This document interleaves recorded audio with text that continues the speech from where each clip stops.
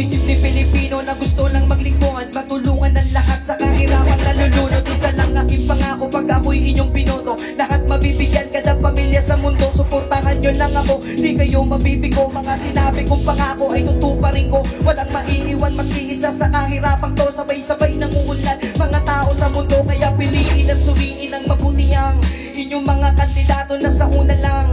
Magaling sa salita, sagad naman sa kayabangan, wala pang napatunayan na sanang paninindigan. Ikaw lang inaasahan ng tao sa ating bayan, sa kabila ng lahat biglang mo lang kakalimutan. Mga pangako mong iniwan, di mo na magampanan. Mapapako ang lahat sa isang pangako lang.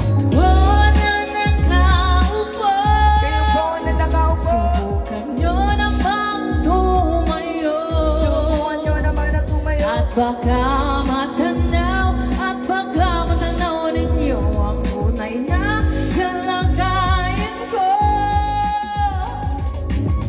Nakakalimutan ko Rap mo na yan.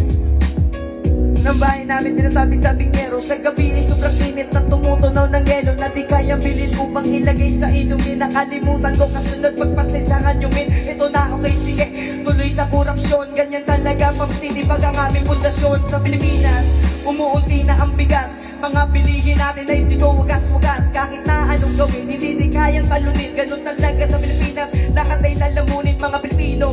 Magsibangon na tayo, lahat tayo sana sa mundo ay maging trato ng tama ng ating presidente. Sabay-sabay tayo uunad sa...